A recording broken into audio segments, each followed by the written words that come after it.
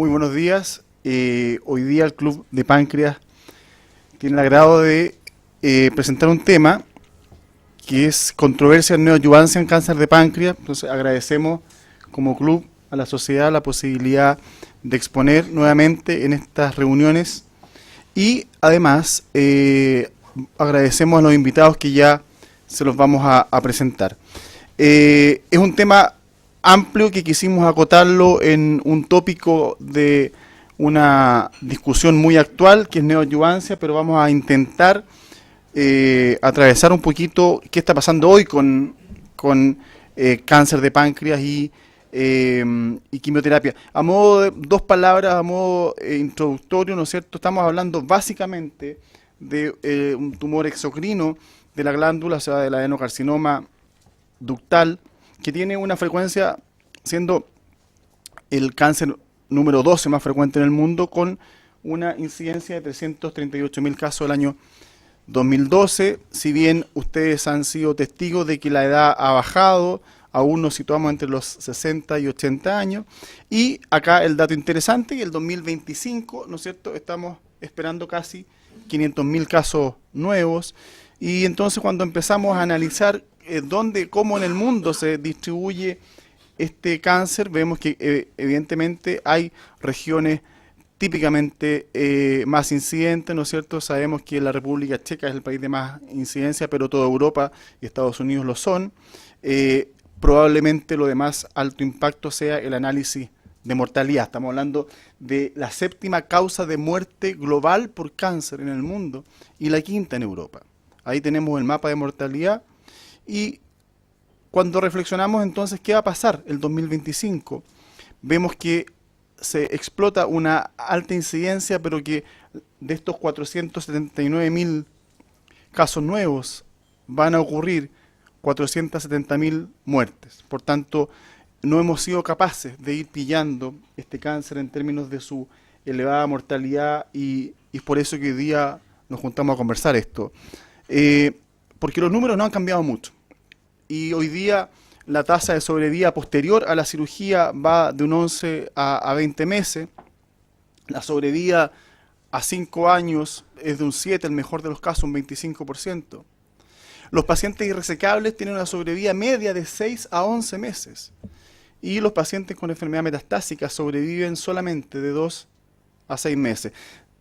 Solamente un 1% de nuestros pacientes va a estar vivo a los 10 años. Entonces, la pregunta es, ¿qué hacemos? ¿Qué hacemos? ¿Cómo hacemos nuevas estrategias? ¿Cómo buscamos elementos que ayuden a esta terapia? Hoy día contamos con dos extraordinarios invitados. Tenemos al doctor Jorge Gallardo, un connotado oncólogo nacional, que nos va a hablar de este rol de la quimioterapia en cáncer de páncreas, y por cierto con el doctor Eduardo Briceño, cirujano digestivo hepatobiliar de la Universidad Católica, en donde vamos a intentar ver si hay un camino, hay un futuro hacia la neoadyuvancia en todos nuestros pacientes resecables, con una visión más oncológica que quirúrgica en un primer paso. Invitar a todo el mundo a nuestro club de páncreas. Estamos extremadamente activos, queremos que se nos llene de socios este club, lleno de socios de distintas especialidades. Necesitamos en el club no solo gastroenterólogos, sino que también cirujanos, radiólogos, nutriólogos y todo aquel especialista que se sienta parte, oncólogo por cierto, de nuestra actividad. Los invitamos a inscribirse a nuestro club. Tenemos un mail ahí, clubpancreas.chile@gmail.com. Para efectos de esta presentación los invito a hacer preguntas mientras nuestros expositores hablan de sus temas al WhatsApp más 5699-509-3054. Y así, sin más, dejo con ustedes al doctor Jorge Gallardo.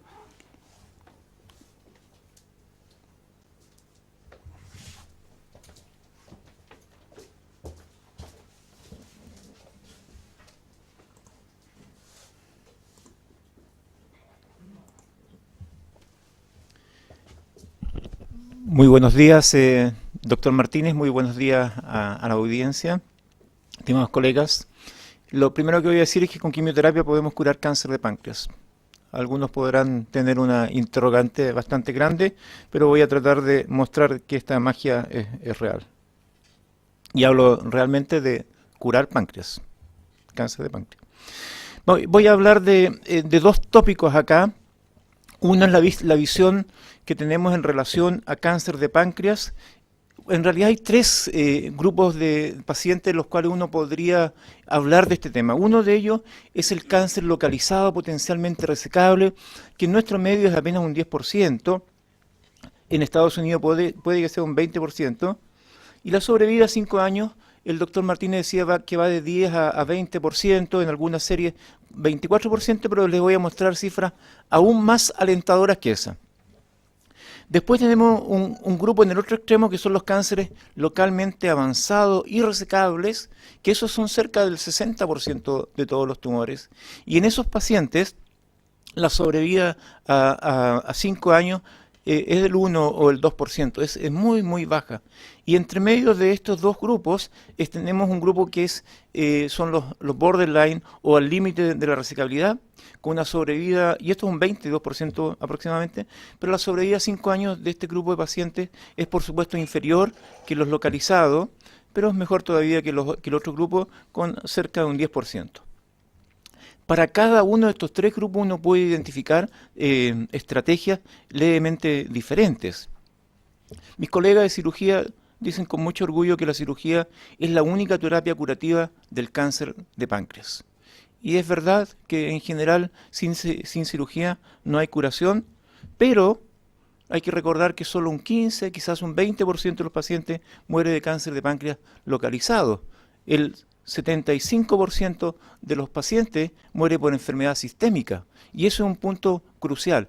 Y acá dejé un 10%, no está mencionado, que muere por otras causas, muere por razones médicas. Mientras más edad tiene el paciente, muere de insuficiencia cardíaca, infartos, muere de trastornos digestivos, trastornos metabólicos, etc. Por lo tanto, cuando pensamos en mejorar la tasa de curación de los pacientes, no solamente tenemos que hablar de cáncer, sino que tenemos que ver que es un paciente que tiene varias enfermedades. Primero entonces, cáncer localizado resecable. Como dijimos, aproximadamente un 20% de los pacientes sobrevive a 5 años con cirugía. Es aproximadamente entre un 8, un 12%, en algunos centros tienen algo más, pero con cirugía y más adyuvancia estamos llegando al 20-28%, y el año 2018 esto supera el 40%. Y la terapia estándar habitualmente es cirugía, primero cirugía y luego quimioterapia, en aquellos centros en los cuales se hace quimioterapia, porque un porcentaje muy grande de los pacientes solamente reciben la primera parte, cirugía. Y esto es lo que le comentaba, este es el estudio presentado hace ya un año y medio atrás en el Congreso ASCO, y después que se ha vuelto a presentar. Es un estudio hecho en Francia, y en vez de usar gemcitabina en adyuvancia, usaron el esquema que ustedes conocen para enfermedad metastásica que se llama FOLFIRINOX.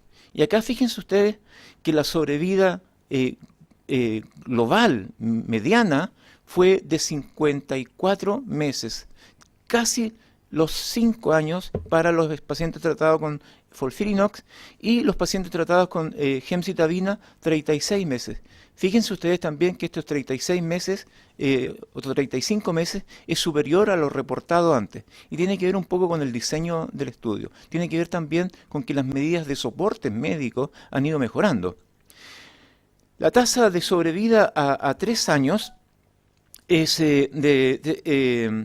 global, es 64% para FOLFIRINOX, la parte superior de la curva, versus 48% para gemcitabina sola. O sea, el margen es bastante amplio. Y esto es así como ha ido cambiando las sobrevidas en cáncer de páncreas, enfermedad tremendamente resistente. En el año 2004 se publicó el SPAC 1, y en ese se describió de que la sobrevida con 5-fluoracilo era 21%, y en ese estudio hecho en Europa en general, la sobrevida de los pacientes operados, solamente operados, era de un 8%. Poco tiempo después, en Alemania, se publicó el CONCO, estudio similar al anterior, y esto indicó que los pacientes solamente operados tenían una sobrevida a 5 años de solo un 11%, como ve el globito más abajo, 2008, Sin embargo, los pacientes que recibieron cirugía más adyuvancia, esto subió a 20,5, 20,7%, y ahora entonces en el extremo derecho de la diapositiva vemos que estamos llegando a cerca de un 50%, pasamos al 40% de todas maneras, el estudio PRODIGE. Entonces, hasta el momento nuestro estándar es cirugía seguido de quimioterapia. Pero las cosas van cambiando, se van encontrando nuevas informaciones, hay gente que busca nuevas alternativas y este estudio, desgraciadamente la pantalla va a costar un poco verlo, pero es un estudio que se denomina el Propensity Score. Lo que hicieron fue básicamente elegir 14.000 pacientes que habían sido operados y tratados con cirugía, el tratamiento estándar, cirugía más la adyuvancia, y esto lo compararon con un grupo de pacientes que habían recibido quimioterapia neoadyuvante. Los hicieron así como un estudio randomizado tratando de equipararlos. Y en esto entonces, en este Propensity Score, se demuestra en la parte derecha de la curva que hay una mejoría en todos los aspectos. Quimioterapia neoadyuvante tiene un efecto positivo en la etapa T, disminuyó la etapa T, tuvo un efecto positivo en la etapa ganglionar, tuvo un efecto positivo en el margen de resección. Y lo más importante, que esto no fue acompañado de complicaciones de cirugía. Estas son las tasas de sobrevida. En la parte izquierda es UR o Upfront Resection versus los pacientes que recibieron neoadyuvancia, en la línea amarilla. Y ustedes observan como en la línea amarilla nos muestra una mejoría en la sobrevida. En la parte del lado derecho están aquellos pacientes que recibieron cirugía primaria seguido de tratamiento adyuvante versus la neoadyuvancia. Y ahí las curvas están más pegadas, se parecen más, pero hay diferencias. Fíjense ustedes que a un año con cirugía primaria solamente tenemos 71% de los pacientes vivos. Por lo tanto, si los cirujanos consideran que eso es solamente el tratamiento que basta, estaríamos en un problema. En cambio, los pacientes que recibieron neoadyuvancia, a un año 83% de ellos estaban vivos, o sea, con un delta de 12%. Y aquellos que recibieron cirugía más una adyuvancia, no era 71 sino 78, pero siempre una diferencia todavía a favor del tratamiento neoadyuvante. A 3 años, diferencias también significativas. A 5 años, las diferencias ya no son tan grandes, 18 versus 21, pero todavía importante. En sobrevida global, 26% versus 21 con cirugía primaria sola, o 23. Lo que quiero decir, estimados colegas, es que la neoadyuvancia aporta aún más que la cirugía más adyuvancia. El estándar, cirugía más adyuvancia, este otro tratamiento es neoadyuvancia y hay pequeñas diferencias a favor. Este es un estudio recientemente publicado en Japón. Lo que estaban haciendo los japoneses era usar su esquema de tratamiento que incluye S1, que es una forma de 5-fluoracilo, y ellos tienen el estudio en 2 etapas. En la primera etapa era ver si las tasas de resección eran mejor. Estos pacientes con tumores potencialmente resecables. Y observaron entonces que la tasa de resección con cirugía primaria era de 82 versus la resección con cirugía neoadyuvante 93%. Y lo que es más importante es esto. Nuevamente, en este estudio se demuestra que si hacemos neoadyuvancia para tumores resecables, esto mejora la sobrevida. En este otro metaanálisis que encontré, se estudió si la neoadyuvancia, esto incluye pacientes potencialmente resecables o borderline, pero lo importante es que no hubo un incremento de las complicaciones por la quimioterapia neoadyuvante. Paso ahora a un capítulo un tanto distinto, que es los tumores al límite de la resecabilidad.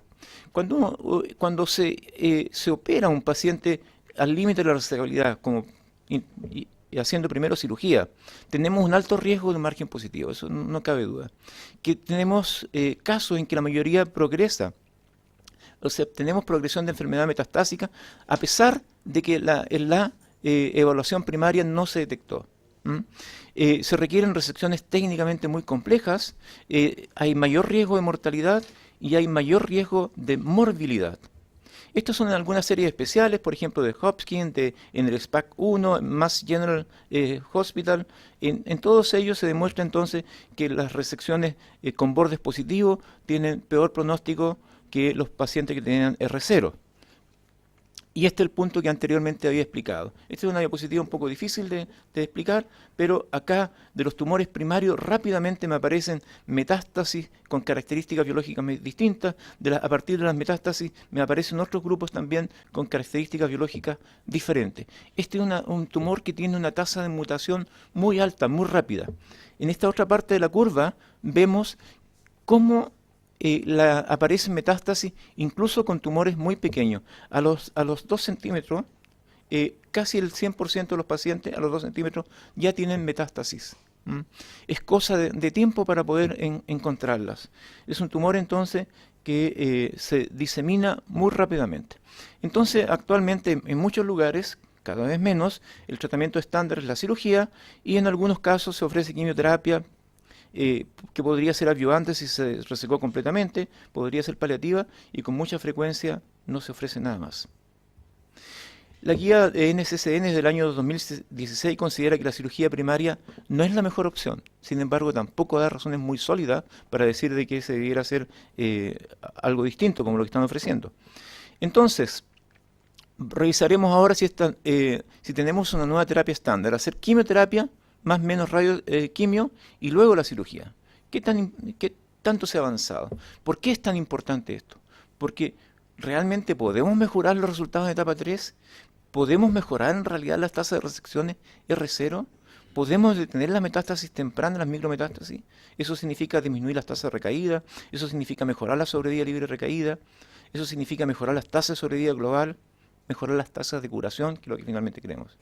Pero por otra parte también evitar cirugías innecesarias. Esto ha sido como ha ido evolucionando. Estamos hablando acá del año 1997, hacíamos adyuvancia con 5-fluoracilo, después hizo el tratamiento de enfermedad metastásica, apareció gemcitabina, después aparecieron gemcitabina más combinaciones como platinoides o 5-fluoracilo y aparecieron entonces después aparecieron algunas otras combinaciones, pero aquí con gemcitabina y platinoide. ¿Qué ha pasado? Esto es uno de los estudios de Sonia Gillen. Ella, de un estudio de 4.400 pacientes, aproximadamente 30-40% de estos tenían enfermedad localmente avanzada y resecable. Cuando los pacientes fueron a tratamientos paliativos solamente, la sobrevida fue de 6 a 11 meses, pero un grupo de ellos fue a neoadyuvancia y en los que se logró la resección y después se hizo alguna forma de tratamiento, esta es la sobrevida media reportada, 39, versus aquellos que no se resecaron de solo un 10%. Por lo tanto, acá hay un cierto grado de adición entre ambas formas de tratamiento. Pero acá tenemos dos grupos de pacientes en realidad que son bastante distintos. Son los grupos de pacientes que eran potencialmente resecables y los irresecables, los borderline quizás. Pero lo que ellos reportan es que un tercio de irresecable o borderline llegó a cirugía. Importante. Estábamos acá recién en este punto. En el 2011 aparecieron estas dos formas de tratamiento, FOLFIRINOX y luego gemcitabina más nab-paclitaxel. Y se han hecho entonces diversos estudios con FOLFIRINOX y este otro esquema. Y esto es ampliamente superior a la gemcitabina o gemcitabina cisplatino. Esto es en etapa 4. La neoadyuvancia que se hicieron eran estudios de fase 2, en realidad con ninguno de estos esquemas hay estudios de fase 3, y estos estudios mezclan resecables con los al límite de la resecabilidad y algunas veces los inicialmente irresecables. ¿Qué es lo que reportan en general? Que hay mejores tasas de respuesta completa del orden del 6 al 10%. Con el esquema de gemcitabina solo, gemcitabina cisplatino, casi no hay respuesta completa. Respuestas parciales del orden del 70%. Con la otra, básicamente estabilización de enfermedad. Tasa de enfermedad estable, solo 10%, versus 60% con gemcitabina. Lo mejor que lograba la gemcitabina era evitar la progresión de la enfermedad. Y hay, por cierto, un gran número de estudios en curso y algunos incluyen quimio-radioterapia. Evita la cirugía innecesaria en 15 a un 20%. Y acá quiero entrar en un punto que creo que es crucial, ¿tiene un rol o no la quimio-radioterapia neoadyuvante? Y aquí hay dos cosas punto de vista de los cuales podemos evaluar. Uno de ellos es, ¿mejora en realidad la tasa de control local? Eso significa mejora la tasa de resección R0. Y el otro punto que yo creo que es más importante y estamos todos de acuerdo, es si mejora o no la sobrevida global. Este es uno de los estudios más conocidos. Esto es un poco complejo, pero acá en la línea roja es la gemcitabina, el tratamiento estándar. Esto es gemcitabina versus gemcitabina más el lotinib, un medicamento que ustedes ya quizás ni recuerdan, que se había demostrado que era eficaz, marginalmente útil. Entonces, ¿cuál de las dos formas de tratamiento, gemcitabina sola o gemcitabina erlotinib, era más útil?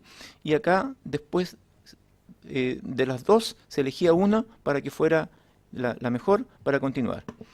Acá entonces gemcitabina sola, gemcitabina erlotinib y capecitabina más radioterapia. Complejo, pero lo que importa acá es esta segunda parte. Si la radioterapia mejoró o no mejoró la eficacia de la quimio. Y cuando uno ve desde el punto de vista del control local, efectivamente la radioquimioterapia mejoró el control local, en aproximadamente un 6 o un 8%. Pero no hubo una mejoría clara de la resección R0. Y lo que es más complejo es que los pacientes no vivieron más, vivieron menos. Y la razón por qué vivieron menos, porque esta enfermedad es una enfermedad sistémica y el tiempo que nos demoramos en hacer la radioterapia, la enfermedad ya se manifestó como enfermedad metastásica. La diferencia en sobrevida está dado, la sobrevida global está dado porque la sobrevida global con radioquimio fue inferior. Mejor control local, pero peor sobrevida global. Por lo tanto, ya se ha abandonado en muchos lugares esta forma de tratamiento. Sin embargo, en Estados Unidos todavía se sigue considerando como una posibilidad. Ahora, les decía, en el grupo resecable, ninguna posibilidad para radioterapia neoadyuvante. En el borderline, en general no, pero algunos grupos lo siguen considerando. En los pacientes los cuales era enfermedad irresecable y queremos convertir eso de irresecable a potencialmente resecable, ahí sí se sigue considerando la radioquimio. ¿Qué factores pronósticos conocemos favorables en la neoadyuvancia con quimioterapia? Si el tumor se reduce en más de un 10%, eso significa de que el paciente está mejorando. Si el CA19-9 disminuye en un 50% o más, significa que ese paciente va a tener buen pronóstico. Por supuesto, los tumores del cuerpo y de la cola tienen mejor pronóstico que los de la cabeza y cuello, y si hay ausencia del compromiso de la arteria mesentérica superior, también hay mejor pronóstico. Esto es entonces uno de los flujogramas que podríamos tener. Hacemos para un cáncer de páncreas al límite de la resecabilidad, necesitamos hacer 2 o 4 meses de neoadyuvancia con FOLFIRINOX. Alguien podría considerar también, y es una alternativa bastante válida, gemcitabina Abraxane. Hacemos la reevaluación y si la enfermedad está estable. Fíjense, si la enfermedad está estable, es una condición adecuada para ir a cirugía, porque eso significa que no han aparecido metástasis hepáticas, que es uno de los elementos, o metástasis distancia, que es un elemento a considerar. Significa que si el tumor está igual, muchas veces no observamos una diferencia en el tamaño, pero lo que pasa es que este tejido ha sido reemplazado por tejido fibrótico. Entonces, eso, si la enfermedad está estable, no es una contraindicación, más bien es una indicación para ir al paso siguiente. Si la enfermedad está estable, podríamos continuar con quimioterapia, volver a hacer una reevaluación, y si la enfermedad está estable o hay respuesta, cirugía. Y después está la pregunta si se debería seguir con adyuvancia. Va a depender del número de ciclos previos. Si la enfermedad está estable o hay disminución, podría ser una alternativa adecuada a cirugía y posteriormente adyuvancia. Si la enfermedad está estable o hay disminución, entonces también algunos consideran la radioquimio como una alternativa. Si después de la reevaluación la enfermedad sigue estable o hay respuesta, hacer cirugía o adyuvancia. La resección solo se debe realizar si hay posibilidad de cirugía R0. La cirugía se debe realizar entre 4 y 8 semanas después de la terapia. Tratamos de hacerla cuanto antes, pero trae mala suerte a veces. Incluso después de 8 semanas, pero habría más desmoplasia, fibrosis alrededor. Respuesta radiológica no se relaciona con respuesta patológica, eso es bien importante. Si no hay decrecimiento y no hay evidencia de metástasis, se debería intentar la cirugía. Y pacientes que desarrollan metástasis o el tumor crece, estos no deben ser operados, y eso ocurre en aproximadamente un 15 o un 20%. Entonces estamos llegando ahora a resultados que eran bastante distintos de lo que teníamos en el pasado. La incidencia, 22% para los localizados, la sobrevida de 24%, ahora estamos llegando a un 40%, cerca de un 50%. La resección R0 es altamente probable, los tratamientos preoperatorios son opcionales y el objetivo acá es la curación. El borderline, un 20% de los pacientes. De 9% de los pacientes estamos llegando ahora a un 28, un 35%. La resección que era posible en 9%, estamos llegando a un 30, un 40%. Y la radioterapia, los tratamientos preoperatorios son altamente recomendados. El objetivo acá para ese grupo de pacientes es la curación. Para localmente avanzado y resecable, 60%, sobrevida a 2 años siguen siendo 2%, pero esto está cambiando, como les comenté, con los tratamientos de neoadjuvancia completo. Eso es quimioterapia, radioterapia, y la serie de Mayo Clinic son bastante interesantes en ese sentido. La quimioterapia entonces puede mejorar el resultado. Las 5-fluoracilo gemcitabina ya fueron superados. El nab-paclitaxel o el FOLFIRINOX son relativamente equivalentes. Prefiero FOLFIRINOX. Las tasas de respuesta 50%, respuesta completa 6%. La sobrevida global mejora de 9 a 11 meses a 24 meses si hacemos adyuvancia o si hacemos neoadjuvancia. Y la tasa de resección R0 mejora de 85 a 95% en los potencialmente resecables y evita cirugía innecesaria en un 15 a un 20%. Las desventajas de esto son los costos de la quimioterapia, la demora en la cirugía, los efectos colaterales de la quimioterapia que, como vimos, no son tan, no impactan, no producen efectos significativos en las complicaciones quirúrgicas, y una potencial pérdida de pacientes. Si uno lo ve como una posibilidad para la clínica de desarrollo económico, sí, hay un 15, un 20%. Los beneficios: mejor selección de pacientes, evita complicaciones quirúrgicas y convertir al borderline en resecable, disminuir las tasas de R1, mejora las tasas de sobrevida, mejora expresado en sobrevida libre de recaída, sobrevida global. La debilidad de esto es que hay poco estudio de fase 3, poca experiencia local. En realidad son pocos los pacientes que vemos anualmente. Y la fortaleza es que son muchos estudios de fase 2. Está recomendado en las guías clínicas de NCCN y ESMO. Y este es el simposio que nosotros organizamos cada 2 años de oncología gastrointestinal, en la cual discutimos todos estos temas de un punto de vista latinoamericano. Le agradezco por la atención. Seguimos luego en el debate. Gracias.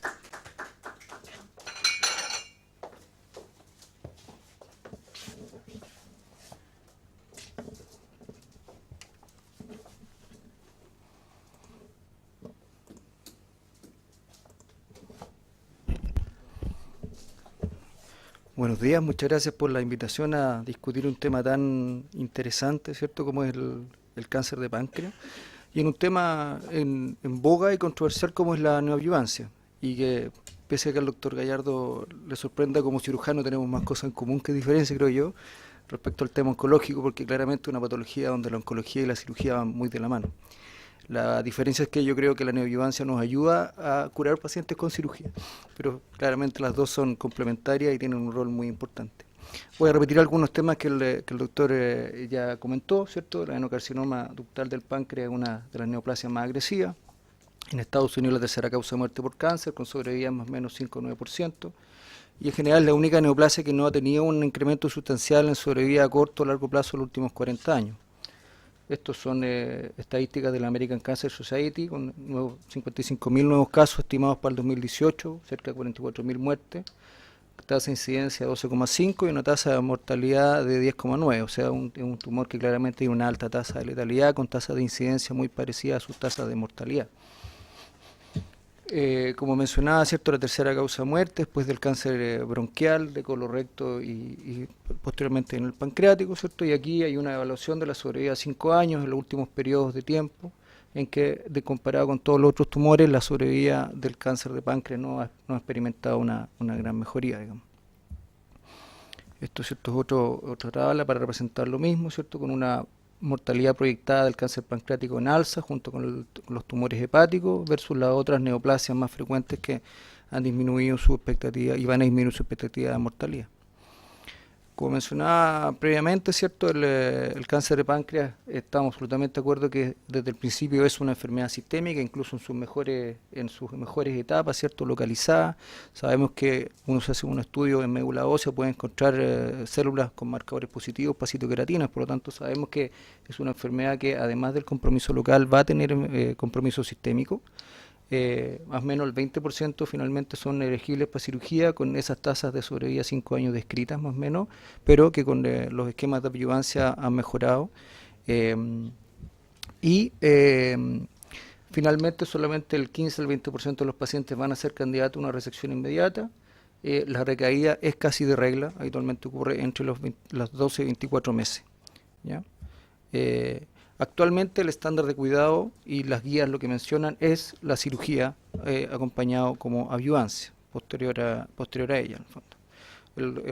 Ya mencionaron, ¿cierto?, los varios esquemas de adyuvancia en cáncer de páncreas, ¿cierto? Destacar el estudio CONCO, ¿cierto?, que mostró el beneficio de la gemcitabina, y el estudio SPAC4, ¿cierto?, que mostró el beneficio de gemcitabina y capecitabina sobre la gemcitabina como adyuvancia, ¿cierto?, con 28 versus 25 meses de sobrevida media.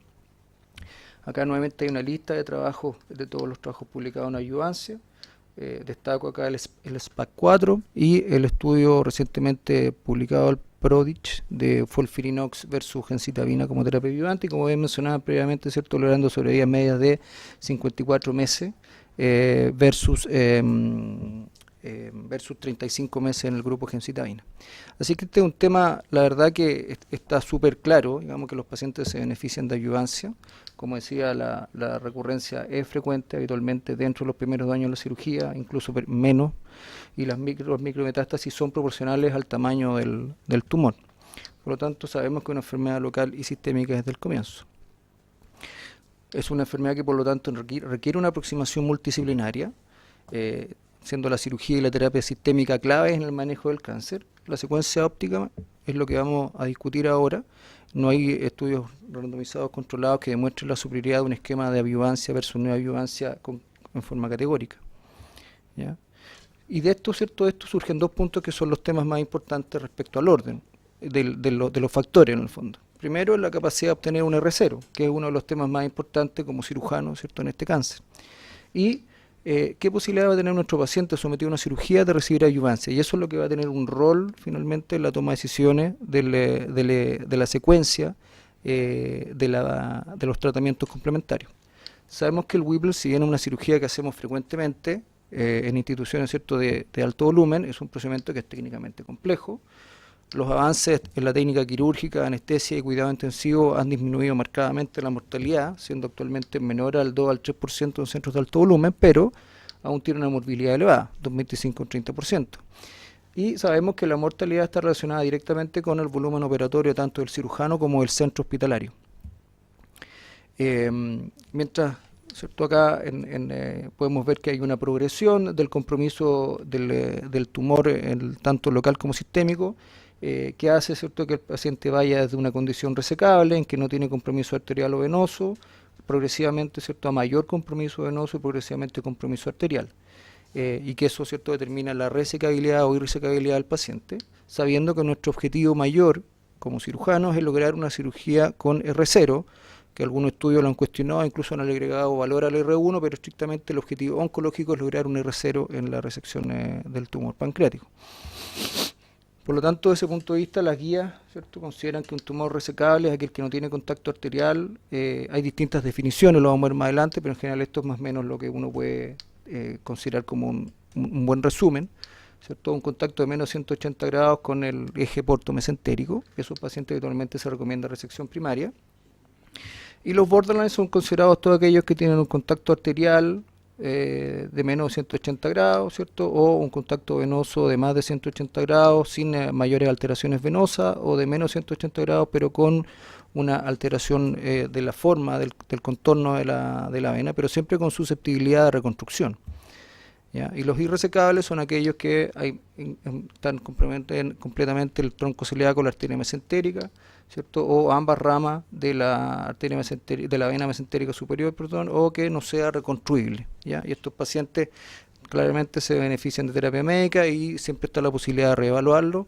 Los pacientes metastásicos obviamente van a terapias paliativas. ¿Por qué es tan importante? Ya lo había mencionado también previamente, porque mientras más compromiso local, ¿cierto?, mientras más tamaño, mientras mayor compromiso vascular, existe una mayor posibilidad, esta es la misma diapositiva que mostraron previamente, de que los márgenes de la arteria mesentérica superior o el margen posterior estén positivos, y eso tiene un claro, ¿cierto?, detrimento de la sobrevida. Los R1 o los R2 claramente tienen una sobrevida media que es inferior a los pacientes en que uno logra obtener el R0.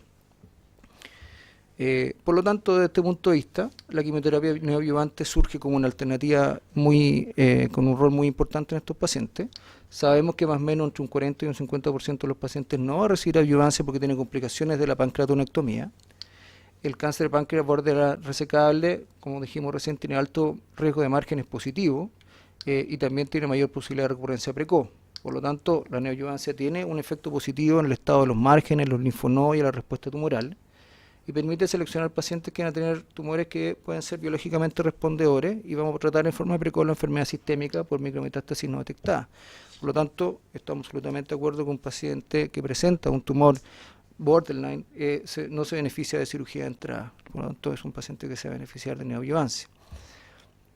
Y también nos permite seleccionar en forma adecuada los candidatos quirúrgicos, incluso para hacer una resección vascular mayor. Sabemos que la resección vascular venosa en un paciente que se somete a una pancreatonectomía tiene mayor morbilidad, y la resección arterial está casi absolutamente, no sé si prohibida, pero se sabe que tiene una alta mortalidad en cirugía pancreática.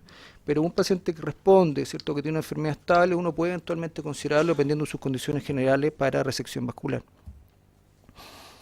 Por lo tanto, como mencionaba, ¿cierto?, la mayoría de los pacientes que tienen infiltración del eje portomesentérico deben ser considerados para enfermedad borderline, o sea, deben ser considerados con una enfermedad borderline y por lo tanto son candidatos a terapias neoadyuvantes.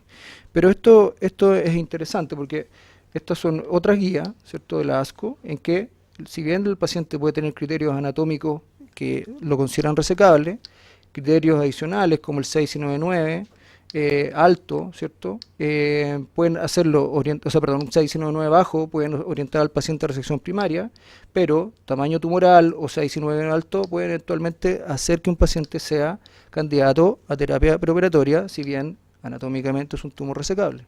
Y es más, hay varios estudios actualmente, que esa es la idea de discutir ahora, que muestran que pacientes incluso con CA19-9 normales, sin evidencia de enfermedad diseminada, podrían ser candidatos a terapia preoperatoria. Los demás, ¿cierto?, que son todos los que mencionábamos antes, claramente se benefician de la neoadyuvancia. Ahora, siendo cirujano, en el fondo, ¿qué beneficios podría tener la cirugía inicial? Bueno, él confirma el diagnóstico histológico, que es un tema cuando uno va a hacer neoadyuvancia. Cuando el paciente tiene una obstrucción duodenal o biliar como manifestación y no tiene otra posibilidad de tratamiento, la cirugía es la indicada. Si el paciente tiene un performance status adecuado, en teoría, puede tener una recuperación rápida, con baja morbilidad y someterse rápidamente a una adyuvancia. Las guías de la Sociedad Americana, ¿cierto?, recomiendan la resección primaria más adyuvancia, pero como les mencionaba antes, solo un 60, 50, 60% en el estudio CONCO, por ejemplo, completa el tratamiento adyuvante. Y no completan el tratamiento hasta un 40% de los pacientes en centros académicos y hasta un 50% en centros no académicos. Por lo tanto, es un dato que es importante tener en cuenta. Por lo tanto, la neoadyuvancia, extrapolándola de otros tipos de cánceres, como el esófago gástrico, que ha demostrado claramente un beneficio, en el fondo se puede aplicar a los tumores resecables, y por eso hablo de tumores resecables, porque estamos hablando de neoadyuvancia real, ¿cierto? O sea, no son estrategias para hacer un downstaging en un borderline, en un cáncer borderline, o de inducción en un cáncer localmente avanzado, pero nuevamente es aún experimental, ya que la recomendación y la guía en tumores resecables actualmente es resección seguida de quimioterapia. Sabemos que hay una tendencia hacia la neoadyuvancia en estos tumores, pero actualmente la recomendación estándar es cirugía más adyuvancia. Y como les mencionaba antes, ¿cierto?, la estrategia neoadyuvante puede ser considerada en pacientes que pueden ser resecables, pero que tienen, por ejemplo, tumores primarios grandes, con CA19-9 marcadamente elevado, habitualmente sobre 500, ya, que tienen una pérdida de peso excesiva y no están en condiciones de someterse a una cirugía, ya, o que tienen grandes ganglios linfáticos regionales, ¿ya? Como les mencionaba previamente, las ventajas de la neoadyuvancia son que tenemos márgenes de resección más amplios, tenemos menor proporción de metástasis, tenemos mayor sobrevida, y este es un tema muy importante, que es lo que mencionaba el doctor previamente, que hacemos una selección oncológica del paciente, y eso actualmente es percibido como el principal beneficio de la neoadyuvancia. Evita cirugía en pacientes que tienen enfermedad progresiva. También se postula que es un tumor que tiene mejor irrigación, habría menor morbilidad quirúrgica y mejor tolerancia, a la quimioterapia. Ahora, es interesante, y los trabajos a veces cuesta evaluarlos, porque la definición de resecabilidad borderline y de resecabilidad en general varía. De hecho, está una encuesta que se aplicó a distintos cirujanos y oncólogos, en que ustedes ven que hay distintas definiciones, ¿cierto?, para borderline, ¿cierto? Claramente el cirujano evalúa un tumor que contacta con la vena porta como solamente borderline en el 30% de los casos, versus el oncólogo que lo eleva hasta el 50% de los casos. Por lo tanto, también acá hay un sesgo de selección en los trabajos que hay que tenerlo en cuenta para evaluar efectivamente el rol de la quimioterapia neoadyuvante. Nuevamente acá lo mismo, la percepción de los beneficios varía entre cirujanos y oncólogos, ¿ya? Por ejemplo, acá la tolerabilidad al tratamiento neoadyuvante, claramente hay una marcada diferencia entre la impresión de los cirujanos y la impresión de los oncólogos. Por lo tanto, hay varias diferencias ahí que dependen de la especialidad y que afectan el análisis de los estudios. Ahora, respecto a neoadyuvancia propiamente tal en tumores resecables, tenemos varios metaanálisis y revisiones sistemáticas más antiguas que mostraron beneficio marginal y que no usaron los agentes quimioterapéuticos más eficientes actualmente, como FOLFIRINOX o docetaxel. ¿Ya? Por ejemplo, acá tenemos una revisión, ¿cierto?, de los trials neoadyuvantes para los pacientes que tienen un cáncer pancreático resecable. Uno de los primeros, que fue uno de los primeros randomizados, fue el trabajo de Golcher del 2015, pero que la verdad es que se tuvo que suspender porque no logró reclutar todos los pacientes para su objetivo, pero que mostró un beneficio marginal de la neoadyuvancia versus la cirugía de entrada. ¿Ya? Lo mismo el trabajo Casadei mostró beneficios sobre la cirugía de entrada, esto como le digo en pacientes con tumores resecables. Así que tenemos algún grado de evidencia.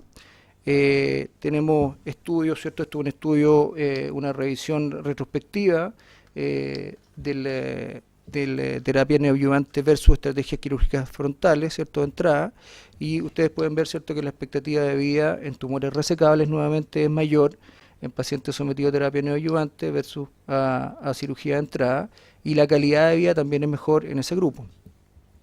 Este es el trabajo que mostró recientemente el doctor, ¿cierto?, con terapia neoadyuvante, ¿cierto?, seguida por resección, en que nuevamente se repiten los mismos resultados que mencionaban antes, beneficiando, o sea, demostrando, ¿cierto?, el beneficio de la quimioterapia neoadyuvante sobre la resección de entrada, y que se mantenía incluso en los pacientes que finalmente recibían adyuvancia, siendo la terapia neoadyuvante un factor protector de mortalidad en este grupo de pacientes.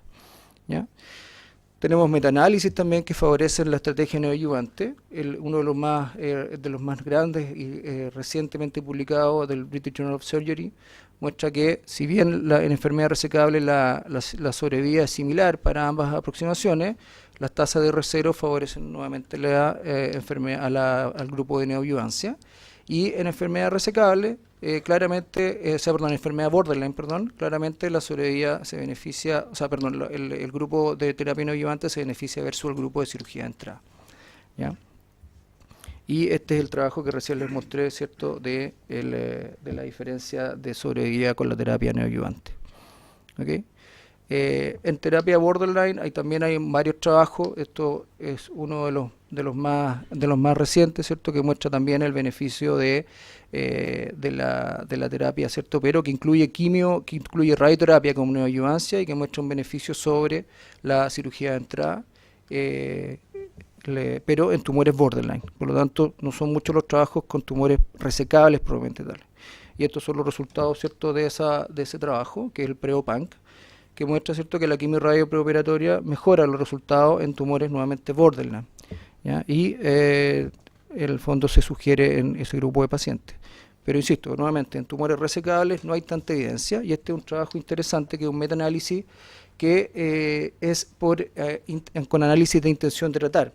Y esto es importante porque la mayoría de los trabajos incluyen en el grupo de los resultados del grupo neoadyuvante, excluyen a los pacientes que no se lograron someter a cirugía. Por lo tanto, tiene un sesgo de selección de pacientes. Por lo tanto, cuando uno usa análisis de intención de tratar, efectivamente está comparando realmente a los pacientes sometidos a neoadyuvancia versus los que se sometieron a cirugía de entrada. Y en este metaanálisis, nuevamente, con intención de tratar, se ve que hay un beneficio de sobrevida para los pacientes sometidos a terapia neoadyuvante. Es un metaanálisis que cuesta extrapolar sus resultados porque son solo 6 trabajos, porque estudios con análisis de intención de tratar no son muchos los que hay publicados, pero nuevamente se evidencia a favor de la neoadyuvancia. ¿Ya?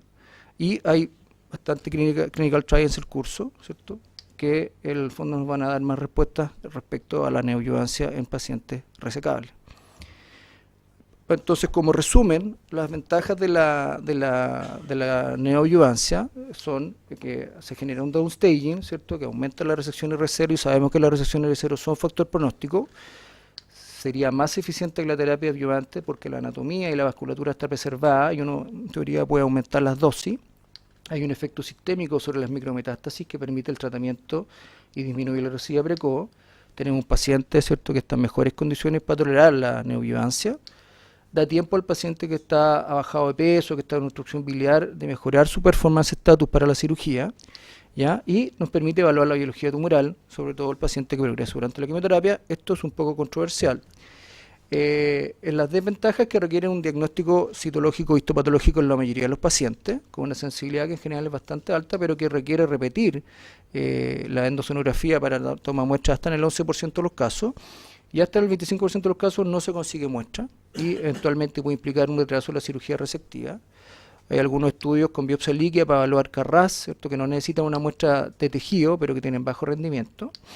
Está el problema de la eventual necesidad de la prótesis biliar y las complicaciones asociadas a la instalación de la prótesis, que el doctor Espino probablemente nos puede después hablar un poco más al respecto. Y esto es un tema cuestionable, que es la pérdida de la ventana de resecabilidad, ¿cierto?, que en el fondo es un paciente que uno le quita la oportunidad de resección, pero que al revés. ¿Qué significa eso? Que no lo estamos operando a tiempo, o que hay una enfermedad que está progresando durante la quimioterapia, ¿ya? Está eventualmente asociada al mejor rendimiento, pero aún está pendiente de evaluar la toxicidad de tratamiento y eventualmente la mortalidad que tiene asociado. Por lo tanto, la terapia neoadyuvante actualmente es de elección en tumores borderline y localmente avanzados. No es estándar en tumores resecables, pero la tendencia probablemente va a ir en esa dirección en la medida que aparezcan resultados de clinical trials en curso. Y de acuerdo a una discusión, ¿cierto?, con varios oncólogos, parece ser que esto es aplicable a la realidad nacional y que el tema del recurso económico en principio en sistemas públicos no sería un problema, pero es un tema que podemos discutir más adelante. Muchas gracias.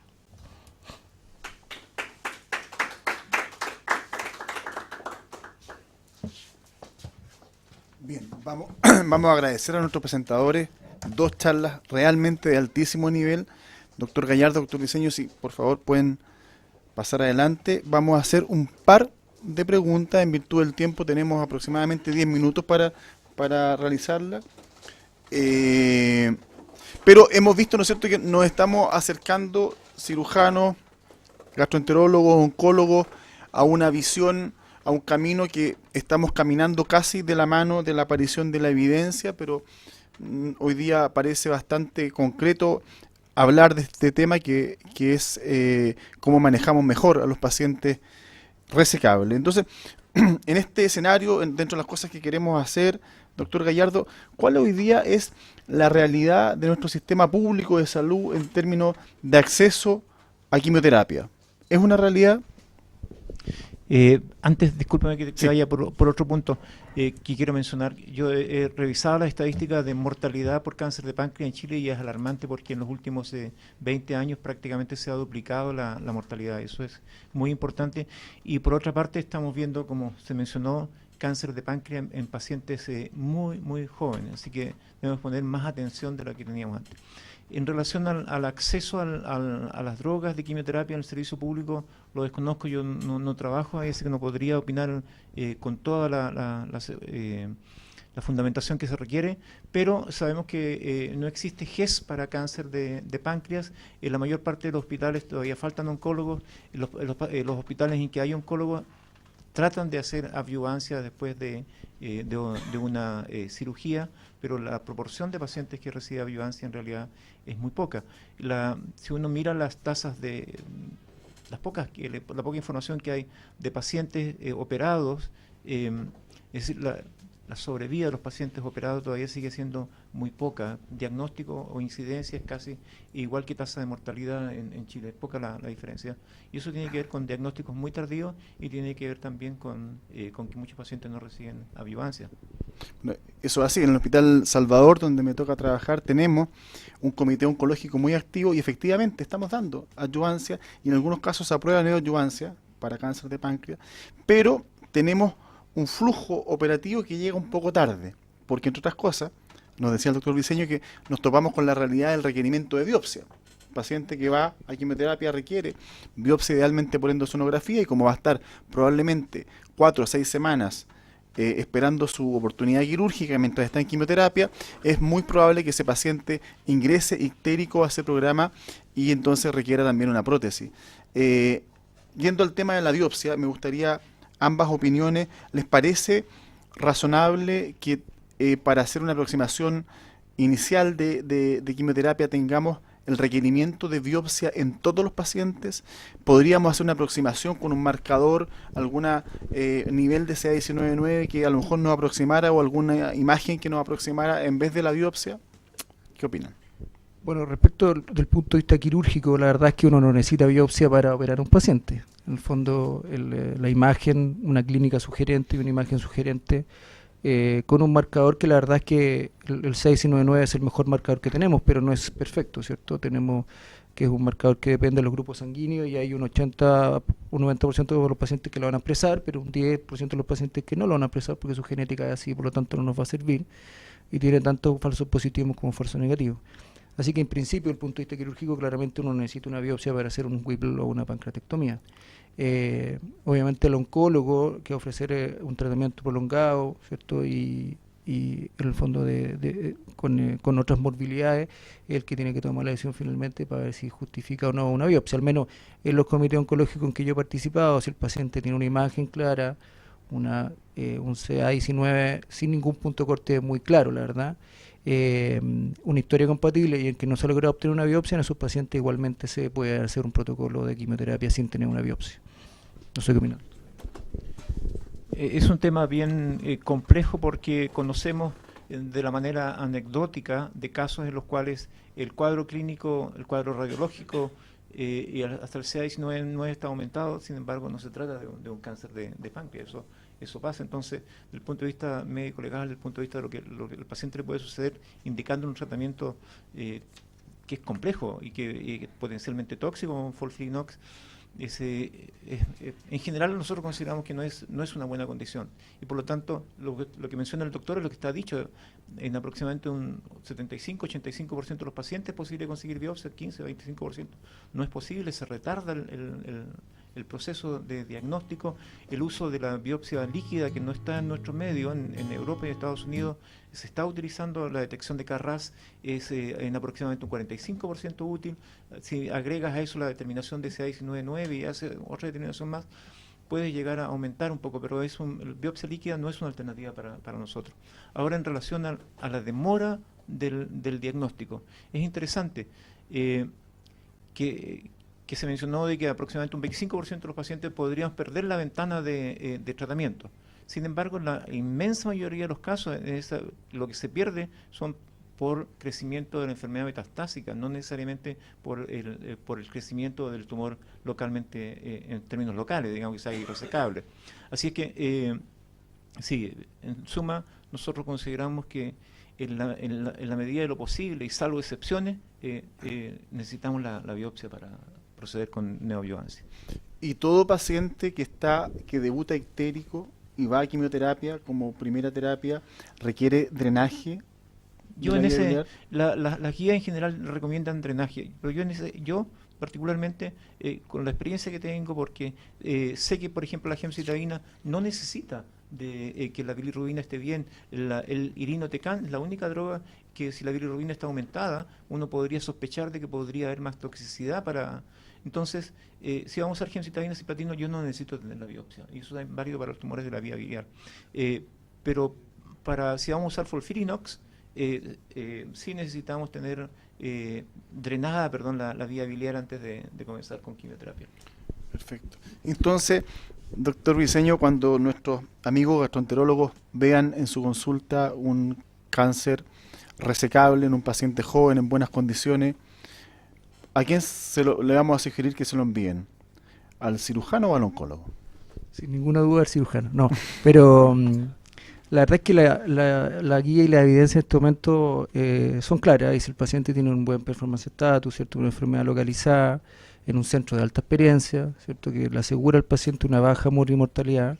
Ese paciente en este momento la indicación que tiene de tratamiento es cirugía con adyuvancia, pero tal cual como dije en mi presentación y lo que estamos viendo y en las distintas conferencias se hace cada vez más evidente, es que la quimioterapia neoadyuvante es una realidad que está creciendo y que tal cual como ocurrió en cáncer gástrico, en cáncer esofágico, ¿cierto? Con distintos criterios, es muy probable que se termine extrapolando a los pacientes con enfermedad resecable, con todos los beneficios que hemos demostrado de eso.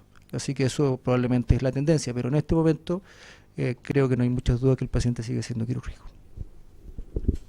Yo creo, Waldo, que un buen gastroenterólogo no lo va a enviar al cirujano, tampoco al oncólogo. Lo que va a hacer es presentarlo en el comité de oncología multidisciplinario para que se haga una evaluación muy acabada, porque tenemos que definir muy bien. Es un paciente potencialmente resecable y ahí vamos a estar esencialmente de acuerdo que el mejor tratamiento hasta ahora es cirugía.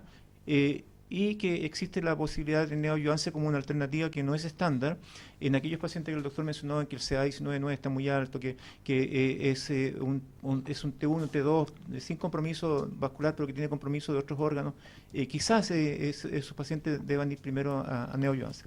En la otra situación, cuando el comité decidió que esto era un paciente borderline irresecable, la conducta debe ser neoadyuvancia. Perfecto, ahí en el fondo me gustaría entregar el mensaje que yo estoy absolutamente convencido de que tenemos que caminar hacia comités de páncreas, como lo que nos pasó hace ya 20 años con hígado, cuando fuertemente se mete oncología a hígado. Bueno, probablemente ese es el camino para páncreas y debiéramos en nuestros hospitales tener comités de páncreas multidisciplinarios que discutan estos casos paciente a paciente. No sé si hay alguna pregunta en el auditorio para ir cerrando o estamos bien con lo que hemos hablado, doctor. Quiero comentar, ¿no? Con Waldo tuvimos un paciente en una situación que se puede repetir muchas veces, que el paciente puede ser que tenga que esperar cirugía, no hay pabellón, y una alternativa quizás para llenar el espacio es hacer, en ese periodo hacer quimioterapia. Tenemos un paciente en conjunto con Waldo que le hicimos, no era exactamente la misma situación, le hicimos neoadyuvancia, tenía un tumor de 2 o 2,5 centímetros, al momento era un paciente potencialmente resecable, ¿ya? Pero al momento de la operación, verano además, la lesión residual era 3 milímetros. 3 milímetros y casi indetectable, le costó mucho a los patólogos encontrar el foco de cáncer, y eso lo estamos viendo cada vez más seguido. Bueno, por cierto, vamos a agradecer a Promedon Chile que nos permite en cierto modo hacer esta transmisión hoy día de streaming, y agradecer a nuestros excelentes invitados. Hemos tenido una jornada preciosa esta mañana, así que bueno, muy buenos días y nos vemos en la próxima sesión. Muchas gracias. Buenos días.